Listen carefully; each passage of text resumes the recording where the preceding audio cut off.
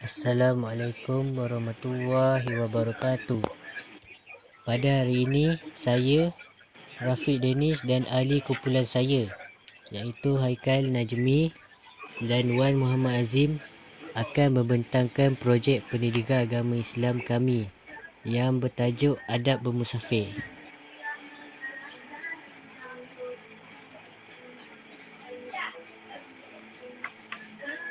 Maksud bermusafir ialah seseorang yang keluar daripada kawasan bermukim, iaitu kawasan tempat tinggal seseorang itu, menuju ke suatu tempat yang jaraknya melebihi 2 marhalah.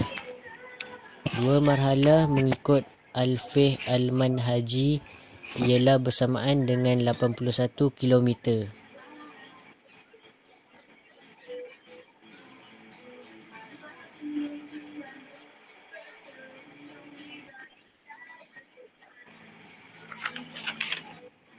Baiklah, bergerak pula kita ke adab bermusafir.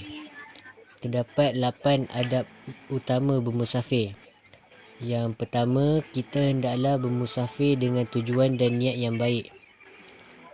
Contohnya, kita bermusafir untuk menunaikan umrah di Mekah.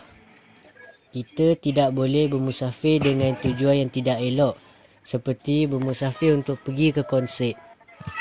Seterusnya, kita hendaklah menyediakan bekalan dan keperluan secukupnya sebelum memulakan perjalanan. Contohnya, kita hendaklah menyediakan wang yang cukup untuk bermusafir supaya kita dapat survive semasa kita bermusafir.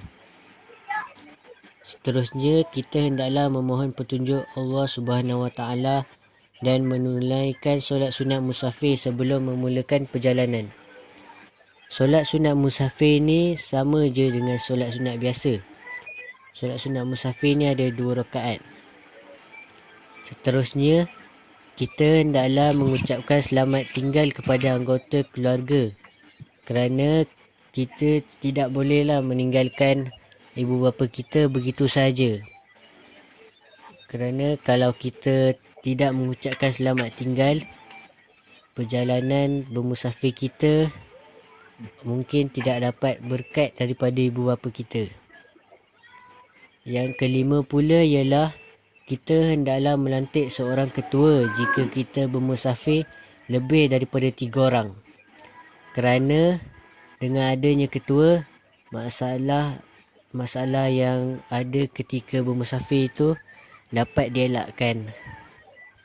Seterusnya, kita tidak boleh meninggalkan solat fardu dan berusaha mematuhi peraturan dan undang-undang serta memelihara alam sekitar. Antara rukhsah orang bermusafir ialah diharuskan mengqasarkan solat fardu dan menjamakkan solat fardu. Contohnya, memendekkan solat Zuhur, Asar dan Isyak daripada 4 rakaat menjadi 2 rakaat dan menghimpunkan solat Zuhur dengan Asar dan Maghrib dengan Isyak. Yang ketujuh pula ialah kita disunatkan memperbanyak doa sepanjang bermusafir, kerana doa orang yang sedang bermusafir ni sangat mustajab. Akhir sekali, kita hendaklah segera kembali kepada keluarga setelah selesai urusan. Hal ini kerana keluarga kita sudah tentu akan menunggu kepulangan kita daripada bermusafir kerana rindu.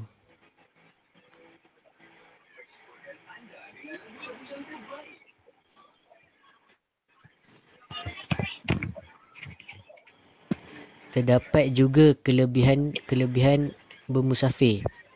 Antara kelebihan bermusafir ialah kita dapat melihat banyak keindahan ciptaan Allah Subhanahu Wa Taala seperti pokok bunga yang cantik di luar negara. Selain itu, doa orang yang bermusafir dikabulkan oleh Allah Subhanahu Wa Taala.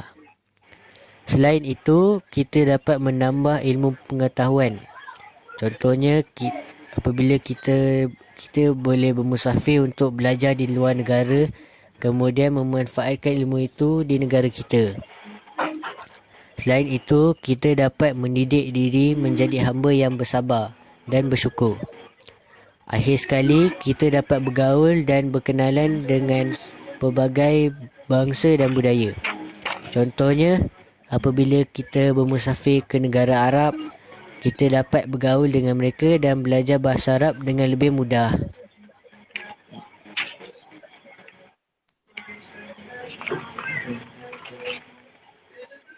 Sekian sahaja daripada saya.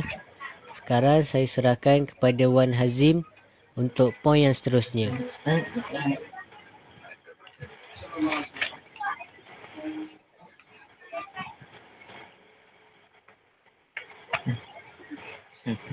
Okey. Hukum bermusafir ni dia ada 5. Wajib, sunat, harus, makruh dengan haram. Macam biasa lah. Okey. Yang kalau bermusafir bagi wajib ni, dia macam bermusafir ni untuk menunaikan kewajipan apabila cukup syarat. Okey, macam contohnya macam kita nak pergi Mekah, kan jauh kan. So kita wajib bermusafir kat situ. Okey, kalau yang hukum bermusafir ni sunat pula, kita macam bermusafir untuk melakukan perkara sunat. Okey, yang harus pula kita macam pergi ke tempat yang baik untuk membeli barang ke, mengambil barang ke. Tu kita harus bermusafir. Kalau makruh, kita bermusafir untuk melakukan perkara yang sia-sia. Contohnya macam kita pergi ke tempat tu, lepas tu kita melakukan perkara yang sia-sia lah. Macam kita pergi tempat tu macam tak ada tujuan pun. Okey, kalau haram pula, kita musafir untuk kita pergi tempat tu, lepas tu kita buat macam perkara-perkara yang tidak elok. Seperti macam kita jumpa rakan perempuan kita ke, lepas tu kita boleh buat perkara-perkara yang tidak elok. Lepas tu kita pergi konsert ke. Okey, itu saja daripada saya. Sekian, terima kasih.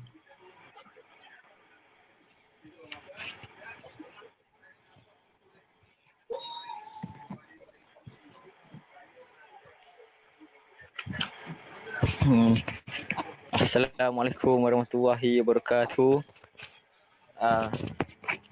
Sekarang saya nak menjelaskan tentang hikmah mengamalkan adab bermusafir. Okay, first antara hikmah dia ialah perjalanan diberkati Allah. Adab-adab bermusafir dapat merapatkan hubungan antara hamba dengan penciptanya. Perjalanan ni diberkati Allah kalau kita baca doa, kita ikut adab-adab dia dan kita tak langgar hukum musafir yang haram tu. Okay, kedua, kita dapat memberi ketenangan hati. Musafir yang dimulakan dengan doa dapat memberikan ketenangan kepada jiwa kerana pergantungan harapan kepada Allah Subhanahu Wa Taala. Contoh dia kita dapat macam kita tak tinggalkan solat kita menjamak, kosongkan, kita ikut adab-adab dia lah. So dia akan memberi ketenangan kepada kita. Yang ketiga, perjalanan menjadi mudah dan lancar. Ketua yang dilantik dapat melancarkan sesuatu perjalanan dan menyelesaikan masalah yang timbul.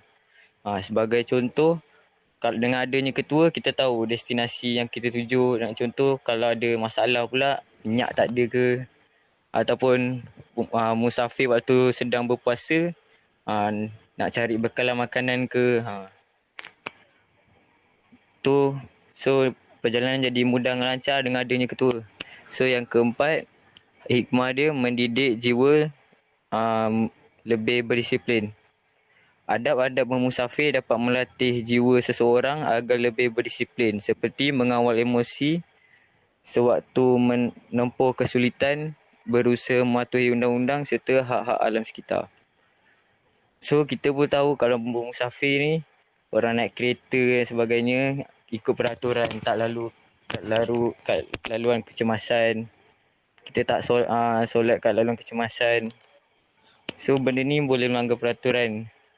Kita dapat mendidik juga kita lagi berdisiplin lah, mengikut peraturan dan sebagainya. Tu je. Sekian, terima kasih.